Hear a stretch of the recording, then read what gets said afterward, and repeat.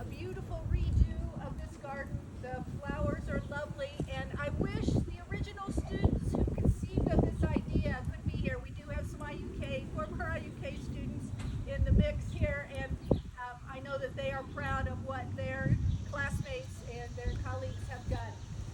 I am, as I told some of them, I am strangely emotional about this. 20 years ago, we were in Hawaii with that first group of IUK students who traveled and conceived of this idea. And 18 years later, here we are. So I typically, if you've been in one of my classes, you know I can talk for hours and I don't need notes, but I'm going to stick to my script today because I am emotional and I want to share these things with you. And I do appreciate, on behalf of those students and all the people who made this Peace Garden possible, thank you for being here. 20 years ago, 11 IUK students and several faculty and staff members went to Hawaii to explore Asian cultures, learn more about Pearl Harbor and World War II, and gain some awareness about the very challenging island's history that includes colonization and internment. We didn't really plan to have our experiences overtake us with such impact that we had no choice but to come home and share that learning in a tangible way. We are here today because 11 IUK students spoke to Pearl Harbor survivors and took in those survivors' recollections of what happened on that horrible day in 1941. We are here because 11 IUK students visited Honolulu's Japanese Cultural Center and learned about the realities of internment on the mainland and in Hawaii. It is also the place where the students saw the stones carved with symbols of family virtues, engraved by immigrants from Japan on their way to the cane fields in Hawaii to work hard and to make life better for the people back home. Perhaps most importantly, we are here because 11 IUK students had the opportunity to talk story in Hawaii with 100th Battalion veterans and their ohana, their families, and learn more about duty and character and perseverance.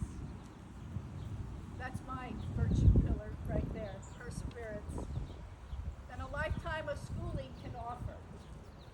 Those difficult, honest lessons shared not with bitterness, but with sincerity and a sense of reconciliation by valiant men who never considered themselves heroes, engaged us all in ways that we cannot forget. We are also here because those 11 students marveled at a peace garden that we saw at the East-West Center in Honolulu on the campus of the University of Hawaii. You know, teachers are very fortunate if they get one or two of those amazing, unprogrammable moments when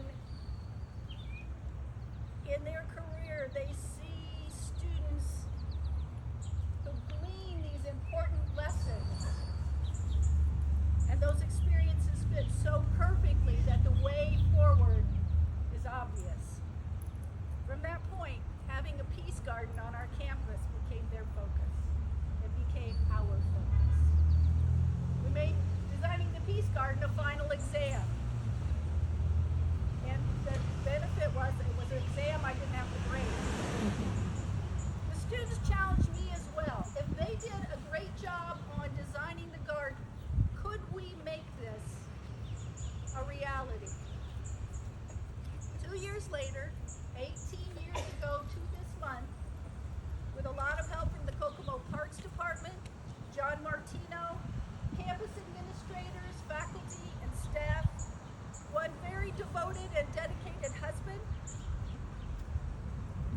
lots of local veterans, several of the students who had originally designed the project, our dear friends in Hawaii, and the Howard County community is